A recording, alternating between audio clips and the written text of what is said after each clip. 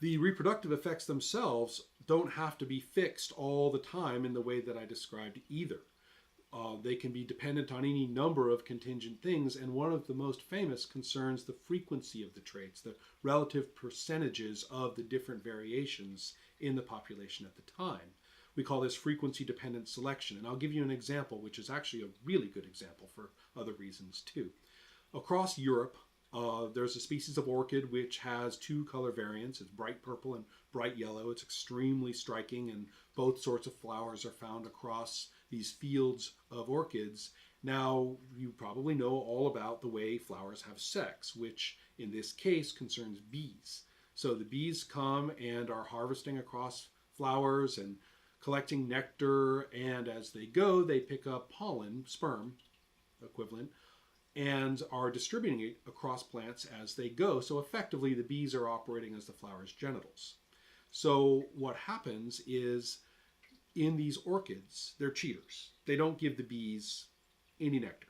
And the bees investigate them quite thoroughly and visit plenty of the orchids, checking one color variant after the other one has shown itself to be fruitless, and fly off to go find, hopefully, nectar somewhere else. Now, let's stick with the orchids. They've all had extensive sex with each other now through the agency of the bees. And let's take a look at the frequency. Let's say in this particular field there are less purple ones, so they have a low percentage. Now, that means that the bees who have explored these flowers as diligently as they can have visited the purple flowers more frequently. There's less of them, they've received more visits per capita. Therefore, in this case, this generation, this particular reproductive event across the population, we have the purple flowers being more successful than the yellow.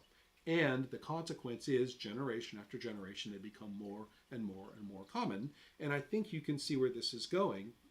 When the purple flowers in this particular field are more common, then they are the ones who are receiving less visits per capita. Therefore, the yellow flowers will become more common. So, in other words, the colors trade places. They rise and fall in frequency throughout the generations of this particular population. So selection is occurring. All the conditions are occurring.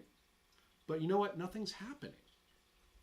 You're just seeing shifts in the frequency of the color variations. The life history of the plants is not altered in any way, shape, or form. You have everything going on about selection except for the pretty stories.